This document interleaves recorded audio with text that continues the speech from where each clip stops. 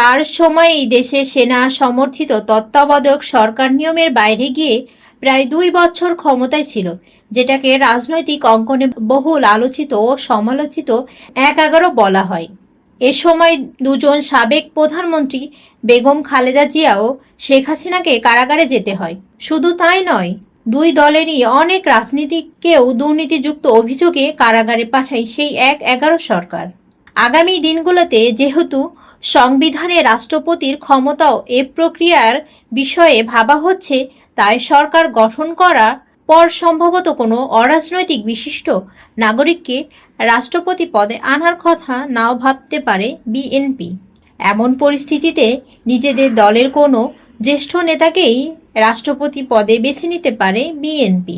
যদিও এখনও যাদের নাম শোনা যাচ্ছে রাষ্ট্রপতি পদের জন্য, তারা বয়সের ভারে কিছুটা শারীরিকভাবে দুর্বল। আলোচিতদের মধ্যে রাষ্ট্রপতি পদে দায়িত্ব পালন করা তাদের পক্ষে কতটা সম্ভব হবে তা নিয়েও দলের মধ্যে জোরে সোরে না হলেও তবে আলোচনা আছে। আলোচিত ৩ জনের বাইরেও দলের অন্য কোনো নেতাকে রাষ্ট্রপতি পদে বিবেচিত হলে আশ্চর্যের কিছু থাকবে না। সবকিছুই দলের চেয়ারম্যান তারেক রহমানের চিন্তাভাবনার মধ্যে রয়েছে।